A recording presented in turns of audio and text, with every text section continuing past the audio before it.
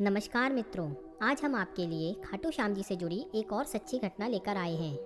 Kanika greater Noida में एक multinational company में जॉब करती थी। उसके माता पिता मथुरा में रहते थे। कनिका अपने ऑफिस के पास ही एक फ्लैट में रहती थी। कनिका के पिता खाटू श्याम जी को बहुत मानते थे और उन्हें जब भी समय मिलता था परिवार के साथ खाटू श्याम जी के दर्शन करने जाया करते थे। कनिका सुबह शाम दोनों समय खाटू श्याम जी की पूजा करती थी। कनिका क्योंकि अकेली रहती थी, इसलिए उसके माता पिता खाटू श्याम जी से प्रार्थना करते रहते थे, हे बाबा, हमारी बेटी की रक्षा करना।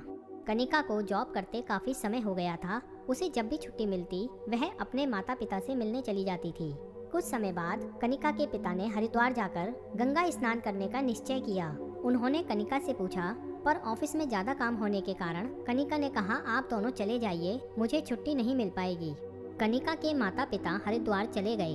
बीच बीच में कनिका उन्हें फोन करके हालचाल पूछती रही। उन्होंने अच्छी तरह गंगा स्नान किया और रात में मथुरा की बस में बैठ गए। कनिका ने सुबह जब फोन किया तो उसके पापा का फोन स्विच ऑफ आ रहा था। उसने देखा कि पापा ने घर पहुंचकर उसे फोन भी नहीं किया है। कुछ समय बाद उसने अपने पड़ोस में रहने वाले पापा के दोस्त को फोन करके उसके घर जाने के लिए कहा। तब उन्होंने बताया कि बेटा, आपके मम्मी पापा तो आए नहीं, घर पर तो ताला लगा है। कनिका को चिंता होने लगी। उसने कुछ समय इंतजार किया और वह घर पहुंच गई। दोपहर तक उसके माता पिता नहीं आए। शाम को वह पुलिस स्टेशन गई और अपने माता पिता की फोटो दिखाकर उन्हें सारी बात बताई। तब इंस्पेक्टर ने बताया कि हरिद्वार से आने वाली एक बस का एक्सीडेंट हो गया है। आप रुड़की के अस्पताल चली जाइए, वहीं यह एक्सीडेंट हुआ है। कनिका वहीं रोने लगी। तब उसके अंकल कनिका को समझाने लगे। उन्होंने कहा, रात बहुत हो चुकी है, सुबह 5 बजे हम चलेंगे। कनिका रोते हुए घर आ गई। घर में काफी लोग इकट्ठा हो गए थे। उसने किसी से बात नहीं की। वह खाटू श्याम जी के सामने जाकर बैठ गई और बाबा का ध्यान करके कहने लगी, मेरे माता पिता की रक्षा करो बाबा, उनके अलावा मेरा कोई नहीं है, मुझे अनाथ न होने देना बाबा।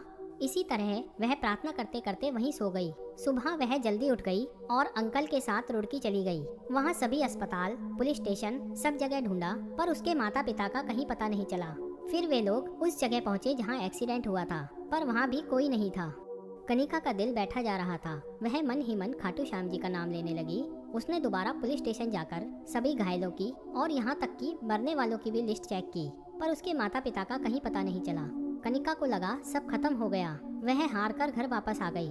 मथुरा से भी वह बार बार पुलिस स्टेशन फोन करती, पर उसके माता पिता का कोई सुराग नहीं मिल पा रहा था। वह सारा दिन खाटू श्याम जी के सामने दीपक जलाकर बैठी रहती। घर में कुछ रिश्तेदार आ गए थे जो उसे संभाल रहे थे, पर वह किसी से बात नहीं करती और सारा दिन मंदिर के सामने बैठी रहती थी। इसी तरह 5 दिन बीत गए। छठे दिन सुबह 7 बजे उसके पिता का फोन आया कि वे मथुरा बस स्टैंड पर बैठे हैं, तुम गाड़ी लेकर आ जाओ, यहाँ कोई सवारी नहीं मिल रही है। कनिका को विश्वास नहीं हुआ।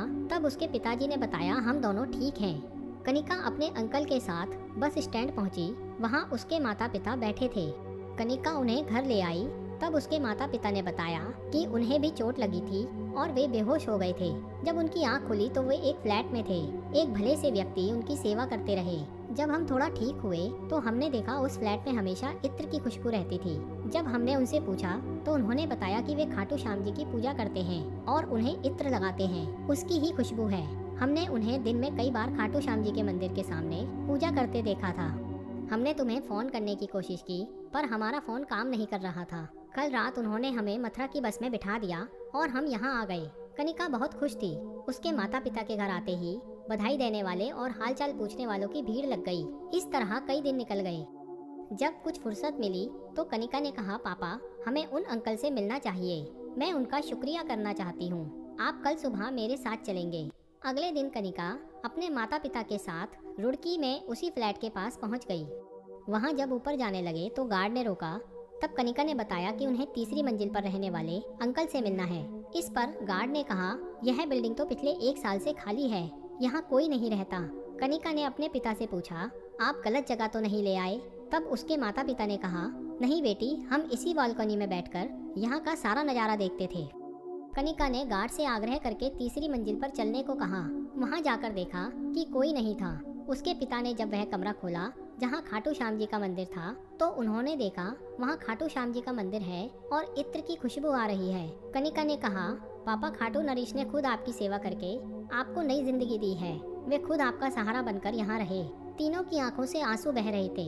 उस दिन से उनका श्याम बाबा पर विश्वास और बढ़ गया।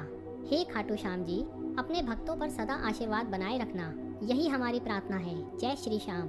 दोस्तों, आपको ये वीडियो कैसी लगी हमें कमेंट बॉक्स में ज़रूर बताएं और इसे अपने मित्रों